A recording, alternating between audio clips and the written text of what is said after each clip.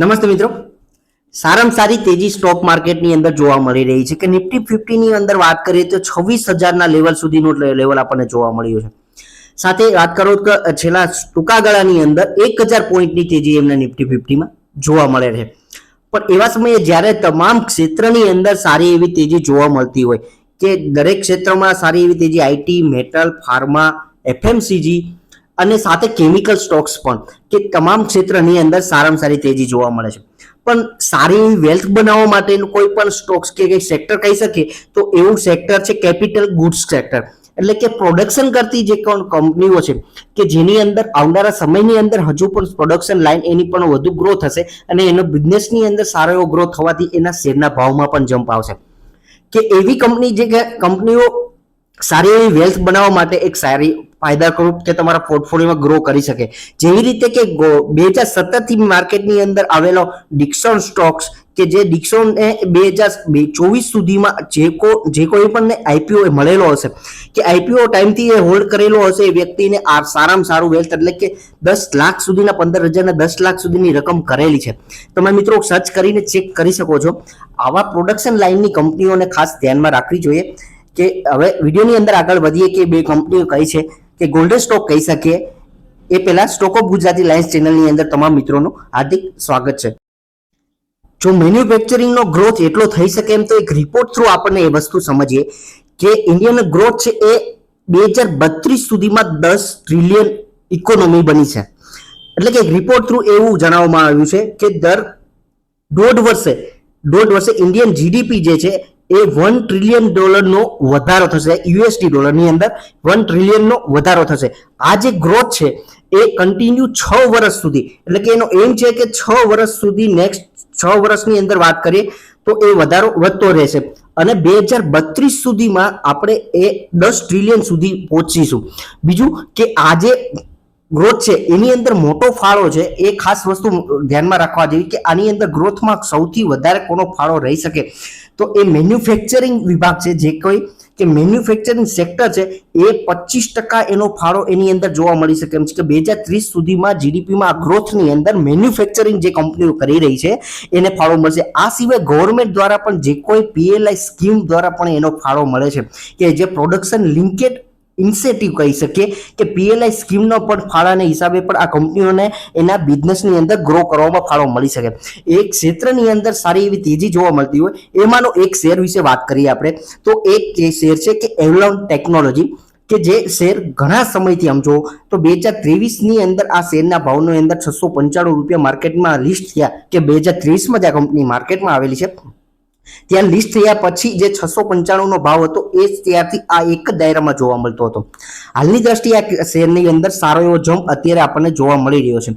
Market કેપની દ્રષ્ટિએ આ કંપનીને જોઈએ તો આ કંપની છે એ 4,4100 કરોડનું માર્કેટ કેપ ધરાવતી આ કંપની છે કે જે ફક્ત સ્મોલ કેપ કહી શકે એવી કંપની. વેલ્યુએશનની હિસાબે આ કંપનીને તમે કમ્પેર કરશો તો મિત્રો ખાસ બહુ મોંઘી કંપની કહી શકીએ. બીજું કે આ કંપની એક જ દિવસે એટલે આજના દિવસે સારો એવો જમ્પ એના શેરના ભાવની અંદર જોવા મળ્યો કે 637 રૂપિયા સુધી કે 12% એવરેજ. જ્યારે હું વિડીયો રેકોર્ડ કરી રહ્યો છું માર્કેટ શરૂ છે ત્યારે આ શેરનો ભાવ 637 રૂપિયા જોવા મળી રહ્યો છે. ખાસ આ કંપનીનું કામ કયા ક્ષેત્રની અંદર જોડાયેલું છે એ વસ્તુ ખાસ સમજવી જોઈએ કે આ જે કંપની છે એ પોતાનું કામ છે એ ઇલેક્ટ્રોનિક મેન્યુફેક્ચરિંગ એટલે કે ઈવી ક્ષેત્રની અંદર સારું એવું પ્રોડક્શન કરે છે કે જે ઇલેક્ટ્રિક બસીસ જે તૈયાર થાય છે એના જે પાર્ટ્સ ડિવાઇસ જે કહે છે એ તૈયાર કરે છે. આ સિવાય ડીસી અને કન્વર્ટર જે છે બેટરી ચાર્જર છે એના પણ જે કે ડિવાઇસ છે આ કંપની તૈયાર કરે છે. આ સિવાય આ જે એરોસ્પેસ ક્ષેત્ર પણ આ કંપનીનું કામ છે. અને બીજું કે જે કે ચાર્જિંગ સ્ટેશન તૈયાર થાય છે, સોલાર ટ્રેકર વાત કરો, સોલાર ઇન્વર્ટર અને સોલાર એના જે ચાર્જર છે આ કંપની પોતે બનાવે છે. આ સિવાય આ કંપનીની બીજી દ્રષ્ટિએ વાત કરીએ કે બેટરી ક્ષેત્રે પણ સારો એવો ફાળો આ કંપનીનો છે કે જેની અંદર ડીસી પાવર, એસી ડીસી કન્વર્ટરની અંદર વાત કરો, ઇન્વર્ટર વાત કરો અને સાથે પીસીબી અને જે આ એક મોનોપોલી આ કંપની પાસે છે કે જે ચીપ લેવલના જે કામ છે પીસીબી જે ચીપ લેવલનું જે કોઈ પણ ડિવાઇસની અંદર જે ઉપયોગ થાય છે ચીપનો એનું પણ આ કંપની પોતે મેન્યુફેક્ચરિંગ કરે છે. બીજી વસ્તુ એ દ્રષ્ટિએ સમજીએ કે આ કંપનીના પ્રમોટરોનું હોલ્ડિંગ નાની એવી કંપની કે ફક્ત 5,000 કરોડનું હોલ્ડિંગ નથી, તેમ છતાં પણ આ કંપનીના સારું એવું એફઆઈ અને ડીઆઈ નું હોલ્ડિંગ છે કે જેની અંદર એફઆઈ નું સારું એવું પ્રોફિટ બુકિંગ આપણને જોવા મળે છે, પણ એની સાથે ડીઆઈ નું હોલ્ડિંગ ની અંદર સારો જમ્પ એટલે કે 23.19 નું ડીઆઈ નું હોલ્ડિંગ જોવા મળે છે. સાથે પ્રમોટર થોડા એવા સેલ્સ કરેલા છે, પણ જે કાંઈ સેલ્સ કરેલા શેર છે મિત્રો એ તમામ શેર છે એ ડીઆઈ દ્વારા હોલ્ડ કરેલા છે. અને આપણી જેવી રિટેલ પબ્લિક 23.38 અને સાથે એફઆઈ નું 2.56 નું હોલ્ડિંગ જોવા મળ્યું છે. એટલે કે સારી એવી હોલ્ડ કરવા લાયક કંપની, બહુ રિસ્કી કંપની છે, ઘણી નાની કંપની છે, એ પણ તમારે વસ્તુ એક ધ્યાનમાં રાખવી જોઈએ. ત્યાર પછી નેક્સ્ટ બીજા નંબરની જે કંપની છે એ પોતાના ટોપ હાઈ ઉપર ટ્રેડ કરી રહી છે. 5654 રૂપિયા માર્કેટ શરૂ છે ત્યારનો ભાવ એનો જોવા મળ્યો છે. અને એક વર્ષની અંદર આ શેરે પોતાના શેર હોલ્ડરોને 1.5 કરતાં વધારે રિટર્ન આપેલું છે. કેટલા પૈસામાં 1.5 કરતાં વધારે શેરના ભાવમાં રિટર્ન મળેલું છે. એક વર્ષ પહેલા 2119 રૂપિયા શેરનો ભાવ જોવા મળતો હતો.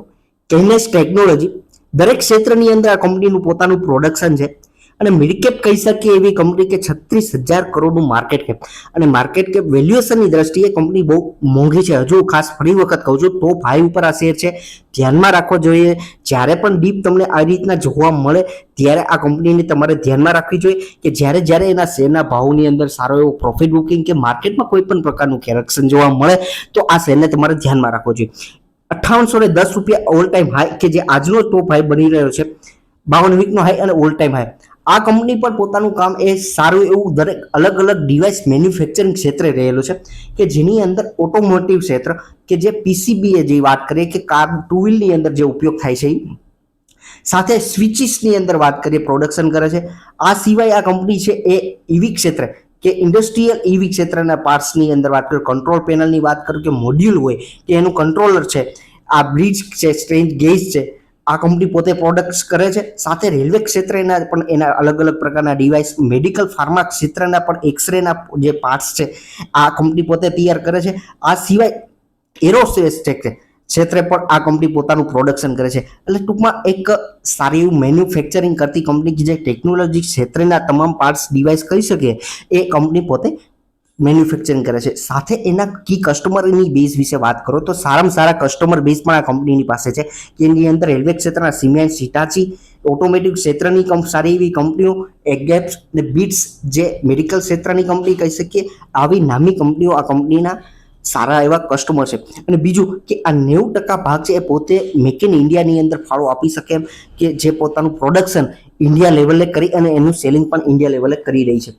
આ સિવાય આ કંપનીના પ્રમોટરોના હોલ્ડિંગ વિશે વાત કરીએ કે પ્રમોટરોનું હોલ્ડિંગ છે સારું એવું કહી શકીએ કે હાલની દ્રષ્ટિએ 57.83 નું જોવા મળે છે. અને સાથે એફઆઈ નું હોલ્ડિંગ છે 14.27 જોવા મળી રહ્યું છે. એની સાથે ડીઆઈ નું હોલ્ડિંગ પર 17.88 નું સારામાં સારું હોલ્ડિંગ છે. અને આપણી જેવી રિટેલ પબ્લિક છે ઓનલી 10% ની અંદર હોલ્ડિંગ કરી રહી છે.